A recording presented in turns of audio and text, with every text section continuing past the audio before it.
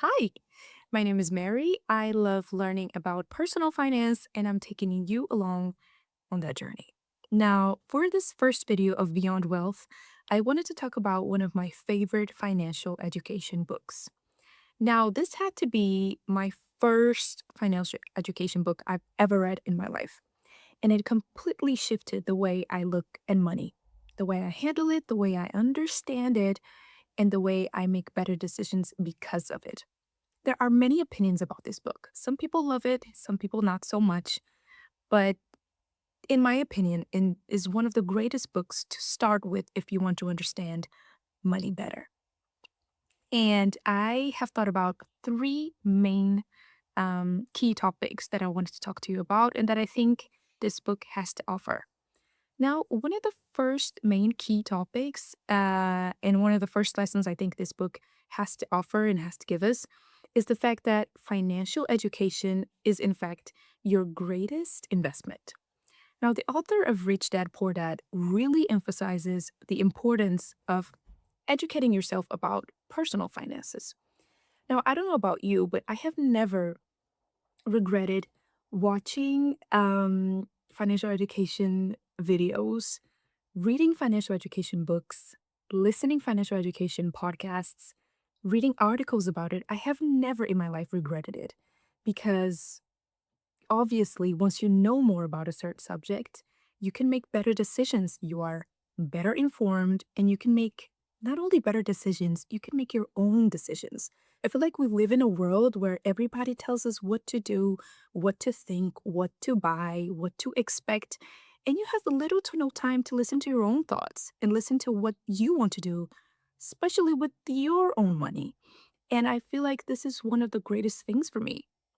Once I can read about it, once I can understand that there can be two to three different opinions about the same type of fund, same type of asset, same type of industry, I understand what works best for my investing profile, for my presuppose and values, okay, for my own ethical purpose.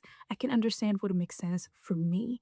And I have to agree, this is one of the key lessons when it comes to understanding your money better, is that you have to make decisions based on what you like, what you understand, and what you prefer. Because at the end of the day, it's not only your money, it's your life. Now, the second key aspect I think it's fabulous is to not fear failure. Now, I think the relationship we have with failure nowadays is rather um complicated. It is quite complicated. It feels like nobody wants to fail anymore, nobody wants to take risks, nobody wants to make mistakes, but it's exactly those same risks and mistakes that lead you to wonderful trajectories. Now, of course, they can lead you also to very bad outcomes, of course, and this is a reality. But the amount of times I've taken a risk and I failed, and you work the other way around, I can even like describe like it. My life is a testimony to that. I have quit jobs. I have quit relationships. I have quit certain things in my life that just didn't make any sort of sense. And at the end of the day, it only benefited me because I listened to my own gut. And I don't want to get too spiritual around here, but I listened to my own gut and I made the decisions I'd had to make based on me. So I really, really think this key aspect is super important and interesting because he just really explains the fact that in order for you to be an investor, you're gonna have to make mistakes because that's how you learn. Now, of course, there are many degrees to what kind of mistake you make. Obviously, you're not going to invest crazy amounts of money in a stock you have no idea about. You have barely researched just because your friend told you so. Of course, no. But if you invest a certain amount of money in a certain asset, in a certain fund that doesn't really give you the return you need, next the next time you're going to invest, you're probably going to invest way better because you know way better because you've learned because you failed. So I think this is honestly one of my favorite key aspects, which is you have to be comfortable with failing, with taking risks, because that's ultimately how you're going to learn and how you are going to ultimately grow. Now, the third aspect is also one of my favorite ones, and that is called mind your own business. Now, I think this key aspect has two different key aspects inside of it, to be very honest with you. And one of them is, of course, the author really, really emphasized the idea that you should build something of your own.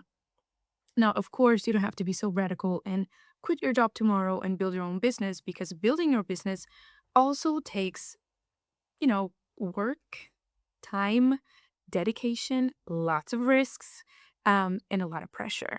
So you can have your 9 to 5, you can have primary career, your primary career, but also invest in something of your own. And that could be an online business, a physical business, a side hustle, no matter what.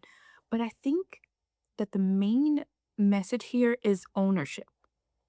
The author really emphasizes the importance of owning your things, your businesses, and that is how you ultimately will expand your your portfolio or your empire, your business. It's if you have something of your own, because of course there's this idea where we are then exchanging our time for, to be in a company, and of course if you then have less time, you have less time to focus on what is really important for you. And in this case, it is a business that you could be building. And within the same key topic, I think it's very interesting, at least it was my interpretation of this last key topic, which is mind your own business to me also means focus. Be focused on what you really want to do with your life and try not to pay attention to what others are doing. I know it's very hard, especially in a world of social media, to listen to what other people are doing. Um, Listen, to see, to compare. I think it really is true. Comparison is the thief of joy. It is true. And in my opinion, when you mind your own business, you are just so focused, so um, so again focused, so in your process, that you have no time to look at what other people are doing. And I think that's extremely important once you want to grow your money, because you can't be minding your business and other people's business. Like, you can't do both things. You have to be extremely focused and paying attention to what you really want to do. It's your path, it's not other people's path.